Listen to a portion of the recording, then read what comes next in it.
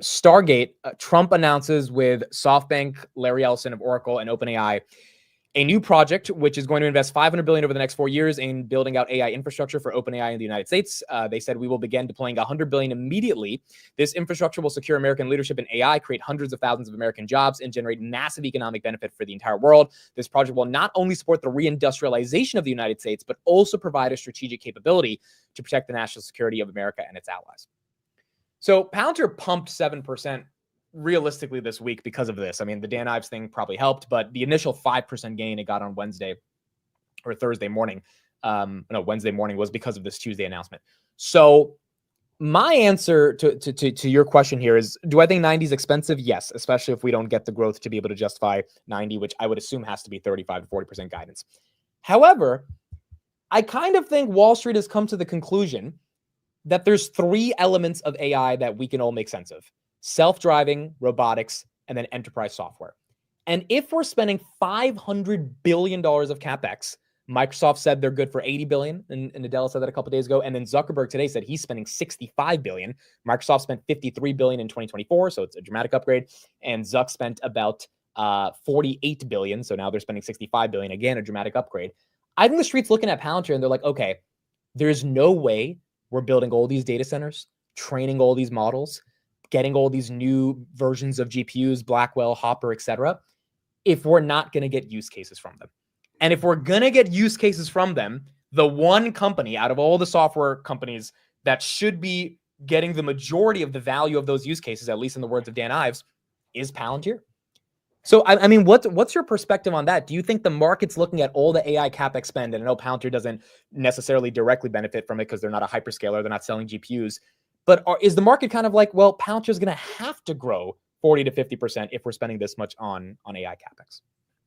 Yeah, I mean, I think particularly institutions since they joined the S&P 500, have woken up and realized I have to pay attention to this company. I have to research it. I can't say it's a black box anymore and not invest. One, it's in part of the S&P 500, so a lot of funds have had to invest. So that automatically forces research on that. And I think a lot of people, once they pull back the covers, even though they don't probably understand the company like we do, I'm not trying to be arrogant, but I don't think a lot of people have spent the amount of time that we have on learning about Palantir and interacting with their employees. But it's like when we first saw Palantir, like we were blown away, especially those who've worked in software or have invested and looked at different software companies.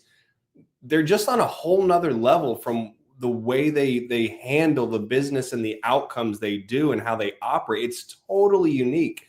And I mean, if you look at it, they went from 30% institutions to 51 in a rapid pace.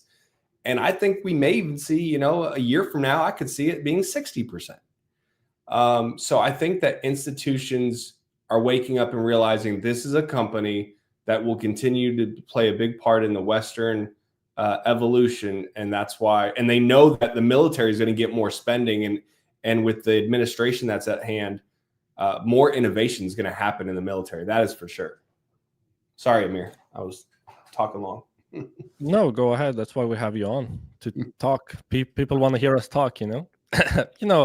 It's reasonable that the news played a role in the surge, but in practicality, I think we might see something different. Now, I don't believe this project itself is like that huge for Palantir. One, there is concerns about the funding from various sources. I haven't checked myself, but Elon says that, well, SoftBank only has 10 billion and so forth. But we know he has a negative bias towards Sam Altman. But also the news about the DeepSeek, where reportedly hobbyists are spending 6 million and have reached an LLM as capable as the current O1 models from OpenAI, is just baffling. It really puts into perspective that, well, people are spending all of these hundreds and hundreds and hundreds of billions of dollars into training models, buying GPUs, CapEx spend, and these hobbyists from China just outcompeted everyone on like less than what a supercar costs for one of these like employees. Like, what is happening now? Of course, it is China. There could be a lot of accounting construing that like hides actual costs. So there's like propaganda involved. There is like misinformation involved. We don't actually know for sure, but the reports are, yeah, they spent 6 million on DeepSeek. It is as capable and in a much shorter time frame compared to everything we have in the West, basically. So I'm not sure about this $500 billion capex spend, especially when we're talking about Trump. Of course, he's not funding this project himself. They have Oracle, OpenAI, and SoftBank do that. But I really believe, like, if the industry will take a moment, step back, and see, like, okay, what are we actually getting for all this capex spend? So I think that might shake things up a bit. However, But doesn't that give you a bullish indication too? Like, to your exact point, that question is so important. Yeah. What are we spending all this money and what are we getting for it? And I think for us being Palantir investors and us seeing the outcome it's already proven, and I haven't seen any other software company touting the kind of returns on investment that they've been able to show, it's almost like inevitable that like there's going to be a lot of, and you've seen this on X, there's a lot of companies that are going to fail, and they're going to fail quick and spend a lot of money and realize, wow, this doesn't deliver the value that my customers want. My customers are leaving us. And Palantir is going to be just sitting there like, hey, you pay with what you get. You pay for what you get. Yeah. I was gonna say, while that project in particular, I don't know about the implications for Palantir. However, if we're talking like a bit broader in the sense of the Trump presidency, I believe that will be massively beneficial to Palantir, because the projected intentions from Trump is like, we are going to need to move fast. Like, we need to reduce government monetary waste. We need to get more efficient.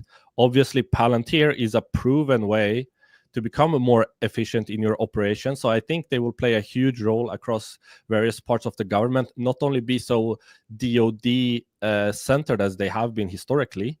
I think an estimation from 2021 was that 77% of Palantir's US government revenue was actually the DoD.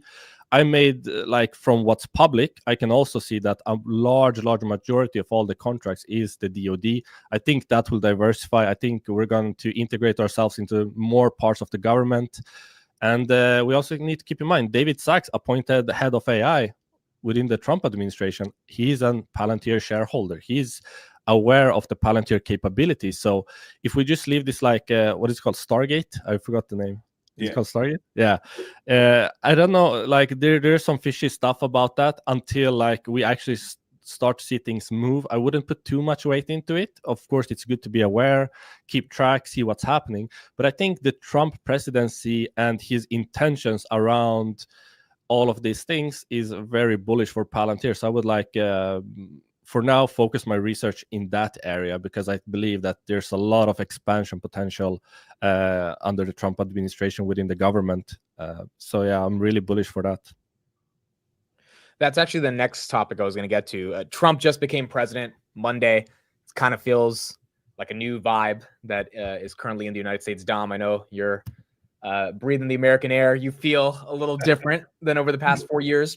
What's your interpretation of the Trump administration's potential bull case and bear case for a company like Palantir? Bear case. Well, the bear case would be that they don't get selected for a lot of things that we would assume that they would be involved in. I mean, they have so many ties to Trump, from Lonsdale to Peter Thiel to David Sachs to, I forget the gentleman who's heading up one of the other military pieces who's on the Palantir board. So people have seen what this software can do. Now, if that doesn't get expressed and decided on, and politics come into play, that would be horrible. But I don't see that happening, because I think with this administration and what you've already seen start, it is very outcomes focused.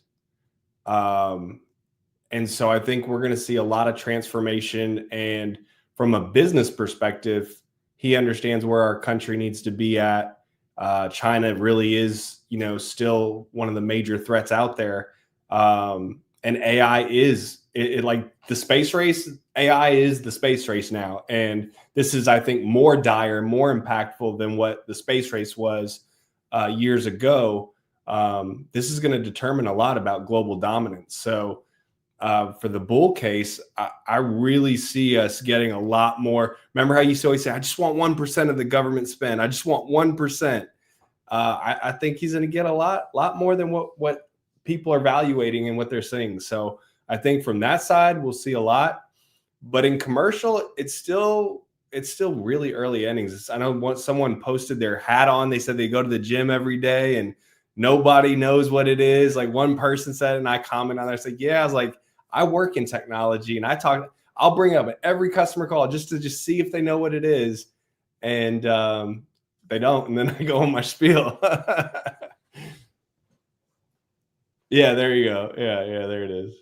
Amir, what's your interpretation of the Trump admin on Palantir? Yeah, I mentioned some things just now, but also I want to talk about the broader implications as well under Trump. You know, he recently had a speech. He wasn't actually present in Davos, but he pretty much demolished the EU for its heavy regulations. And, you know, he really like tore a new one, like EU is not business friendly. Everyone is moving out of Europe. So I think if we can reinvigorate Europe, that's also a new opportunity for Palantir, because these stats are like, if I'm bearish about something with Palantir, it is these stats. 6 out of the 9 past quarters, so 2/3, international commercial revenue has actually been declining quarter over quarter. Now for 3 quarters in a row, international commercial revenue has been shrinking, like declining, minus. Like putting declining revenue and Palantir in the same sentence, that's kind of scary. Like Europe is in some deep trouble, and Trump, he just really put them on blast. If you listen to that Davos speech, like he really like demolished them. So I think both within the US, like he's really clear with what he wants to do. He wants to move fast. He wants to become more efficient. He wants the West to be stronger. Well, the US, but it will also impact the West as a large. And I think it's really positive, like disregarding the government itself. Just the I think I'm trying to remember who it was, but Druckenmiller went on and said that every business leader that he's been talking to is like really bullish, because now actually they can start to grow their businesses. Like this admin is really friendly to businesses, and it's starting to show. Like as you mentioned, like he's only been here for a week now, and it's like a completely different feeling surrounding. I think my daughter woke up. She might walk in here in a second. But yeah, you have to leave, I'm really bullish. Yeah. Well, I think also what's interesting about this is that we have the $500 billion that Trump announced. Then at Davos, he also said NATO countries need to spend 5% or more of their GDP on defense. And I think right now they're doing like less than 2%. So if they do start spending money, we know Palantir has a very antagonistic relationship, as per Karp, with Germany, France, etc. Dom, if they start spending on defense, I think Palantir catches a bid from that. Yeah, I mean, most definitely. I mean, I think people have definitely paid attention to. They were the first in Ukraine. They've been involved the entire way and are still there, helping from not just the war piece, but all the rebuilding efforts that it's going to take, and the software to help them make those right decisions and maximize those efficiencies with the money they get. So the Germans know what it can do, even if they have their beef with Palantir and everything else.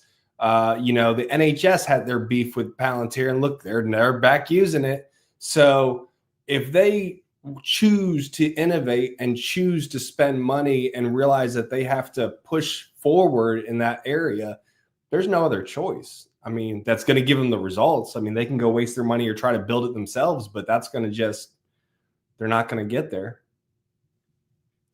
Yeah, and this is kind of highlighting what you're saying as well. We got this update from Lewis Mosley, who's the head of Palantir at UK. So he said in the Times tomorrow, Palantir is going to be mentioned with some of their AI platform being used with the police forces in the United Kingdom. And this part from the article says, needle in a haystack, connections that could have never been spotted by human detectives are being made by the AI. The results are incredible, says Roddenhurst, who is also the national police lead on serious and organized crime. If this were in every region overnight, you would join up policing for serious and organized crime, and I think that would be very powerful. When people ask him how he can afford to spend money on technology when resources are tight, he replies, I can't afford not to. If that is the energy that we're going to get across Europe, in Germany, France, we know the German police have started to use a little bit of Palantir as per last year. We should be able to get European growth or international growth just at a higher level. And the question is just going to be when that ends up playing through into Palantir's guidance.